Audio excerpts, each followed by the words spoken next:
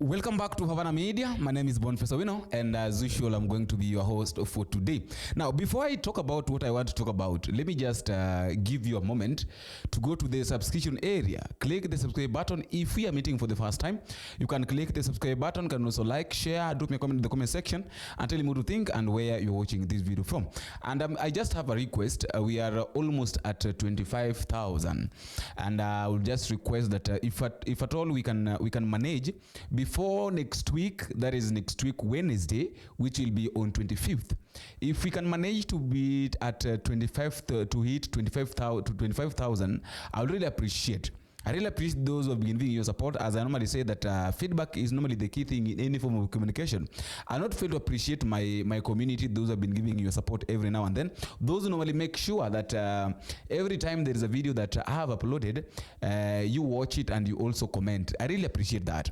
And for those who are coming for the first time, please don't forget, just help us hit 25,000 and before 25th. Before Christmas Day, I think that one will be better and it will be very good. I had a target that perhaps before the end of this week, that is by Saturday, because I'm planning at least to have some break. So before that break, I will request that at least we hit 25,000, so that when we come back for a new season, at least we have got something new to do or to talk about or how to go about this. That one is just a humble request. I'll just request you to do that. Now, going back to our discussion, I want to talk about something. I heard Kalii Amisi saying something concerning Raila Odinga, which I want us to listen to before I come back so that we can continue with the discussion itself. Listen to this. I've been a Raila supporter since I joined politics. Yes. I think the only other person I've supported other than Raila is Honorable Peter Kenneth, because of the starry ties we have with him, and because he's the one who introduced me to politics.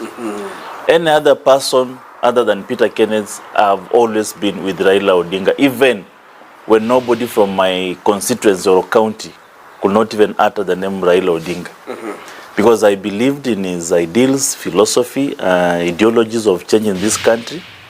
I believed in the ideals of the party. And I also believed that this country needed a paradigm shift in terms of the true tribal hegemony kind of leadership.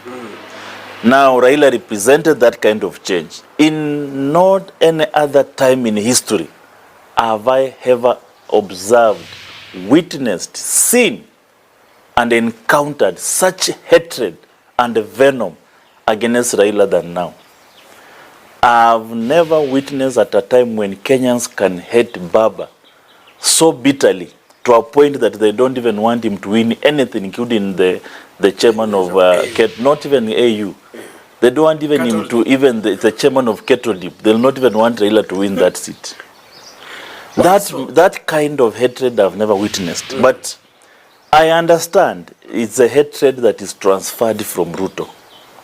It is a hatred that was championed towards Ruto. There is a time there was a lot of grandiose in the government. Bravado. People are just, buying watches, going outside with, chartered plane, private plane with taxpayers' money, and they're boasting around it, and the Kenyans were suffering.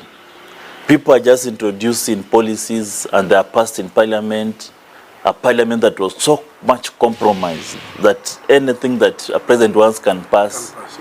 So Kenyans felt that this is not the government we thought it's going to be.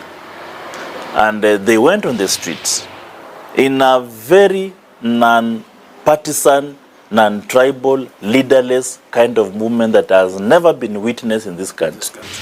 Where even in Kericho, where the president comes from, there was Maandamano. Even in Eldoret, it started actually in Eldoret, where the president comes from. You could see that this is a national-wide protest. Now, Kalii Amisi was saying, I think you've heard Kalii Amisi saying that all of his life, since he started supporting Raila Odinga, he has never seen Raila Odinga being mocked or people going against Raila Odinga or everybody being against Raila Odinga like the way it is right now. And I think the best question that Kalii Amisi could have asked himself or the best question that people need to ask themselves before asking all those questions, maybe before before saying that Raila Odinga is people are against Raila Odinga or people are fighting Raila Odinga, the best question that these people should ask themselves is that why is it that people are against Raila Odinga? That is the question. The biggest question should be that why is it that a lot of people right now are against Raila Odinga? Because it is not the Raila Odinga that we used to know. It is not the Raila Odinga that people knew before. So the biggest question should be, the biggest thing that is supposed to disturb these people's minds is that why is it that people are against Raila Odinga? And I have the answer. The first answer is this.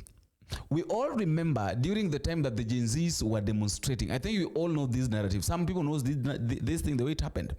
During the time before the Gen Zs demonstration, Raila Odinga is the one who was mobilizing people to go on the street because this government is a rogue government. He was saying that this government cannot rule because this government lacks the ability to understand what Kenyans need or what Kenyans want. That was the argument of Raila Odinga. Now when he was mobilizing people, when he was telling people that was arranging the specific day that people are going on the street, people were following Raila Odinga because people thought that Raila Odinga was supporting was on Kenyan side. People thought that maybe Raila Odinga was that guy who had got Kenyans at heart. That is why they could go on the street. Raila could summon them and they follow Raila to go on the street to fight against William Ruto's rogue government. It happened not once, not twice, not thrice, up to the point that now, Raila Odinga decided that enough is enough. And then he gave the government grace period of time to see maybe if they would change. We all remember even people like Rigathi Gachagua and Kithure Kindiki were planning on how Raila Odinga should be killed. And they even sent policemen who shot Raila Odinga, who shot Raila Odinga's vehicles, destroyed everything, thinking that Raila Odinga was in that vehicle. But it was not there. All these things were done to Raila Odinga by this government, being led by William Samoei Ruto. And then all of a sudden, Raila Odinga went silent. After Raila Odinga went silent, Raila Odinga went for a handshake. We all remember what happened. Now, the Gen Zs came out. Now, it was upon now the Gen Zs to demonstrate, to show this government that, however much Raila Odinga tried his best, however much Raila Odinga tried, he could not make it by himself. Now, it was upon now Kenyans, because what people were going through, it was not only for a certain tribe. Remember, there was a time that people were saying that maandamano ni ya Wajaluo peke yake. So it reached a point that maandamano was not for only Luos, it was for all Kenyans. The Gen Zs came out and they told Raila Odinga very clearly. If I remember very well these Gen Zs telling Raila Odinga that baba wewe tulia. Umepigana ya kutosha. Wacha sasa sisi pia tuchukulie pale ambapo uliachia. Shalewa. So Kenyans, Gen Zs told Raila Odinga that you relax, be at home. Let us now fight this battle. You fought this battle for a very long time. But now let us now show you how it should be done. Now, Raila Odinga did not come out at that point. The Gen Zs died. People were killed. A lot of properties were destroyed. People like Rex. You all saw the street, the way blood was everywhere. Rogue policemen were following even these people to the places where now they were being taken care of. The people that were being shot, the tear gas. I think some doctors decided now to offer support, maybe to offer medical attention, first aid. And these policemen and the government policemen were even following these protesters to these hospitals. We all know this, the narrative. Now, people passed through a lot of pain. People died. A lot of people were killed, just the way we all know. The Gen Zs even risked their lives and went to the parliament. They destroyed everything. Now, why were these people doing this? The Gen Zs were not doing these things simply because they were happy. They were doing this thing, sending a message to the government of William Samoei Ruto that enough is enough, Mr. President. You've done a lot for us. You've done a lot to us Kenyans, but we were being quiet. Raila Odinga tried as the old man of the nation, but you refused to listen to him. But now I think it's time for you to listen to us Kenyans, because this war is not now for Raila Odinga. It is for us Kenyans. All happened. And then at the end of the day, this was the turning point. People like Kalii and Amisi, I want us to understand now the turning point. The turning point now where people came and now got tired with Raila Odinga is this.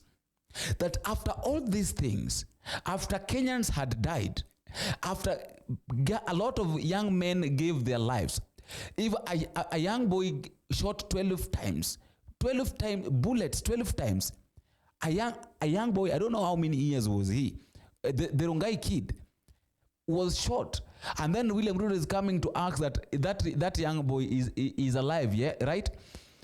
All these things, Raila Odinga went and ignored them and joined William Samoei Ruto. Okay, according to some people are saying that Raila Odinga sacrificed and stopped the killing. That is how some people are saying. Some people are saying that Raila did the right thing by joining William Samoei Ruto, talking to William Samoei Ruto to stop the killing. Now, okay, the killing stopped. The mandamano stopped. But can the stoppage of mandamano bring the young men, the people like Rex, the young men that lost their lives back? Can it really do that? It cannot. So that is how now people felt like Raila Odinga betrayed them. Because there is no way you can tell us that we trusted this man was trusted, and then at the end of the day, you come to realize that the same man who was trusted, who was fighting against the government, is going to join the government to fight against the people who are helping him to fight the raw government. I think now we are on the right track, Kalii and Amisi. That is why Kenyans got tired with Raila Odinga. That is why right now everybody is against Raila Odinga. However much we are saying that, however much people are saying that we are okay. However much I know that all of us we are not going to vote the AU position for Raila Odinga. But that is one of the reasons why you're seeing that right now people are talking about Raila Odinga in a negative way. So I just wanted people to understand. I just wanted Kalii and Amisi to understand reason as to why people have been against Raila Odinga. After all, guys, that is just my thought, and that is all I have for today. Let me also know what you think at the comment section. But just a reminder, if we are meeting for the first time, don't forget to take a minute, click the subscribe button. You can also like, share, drop me a comment in the comment section, and tell me what you think and where you are watching this video from. Until we meet again, I have been your host, Bonface Awino. Bye-bye.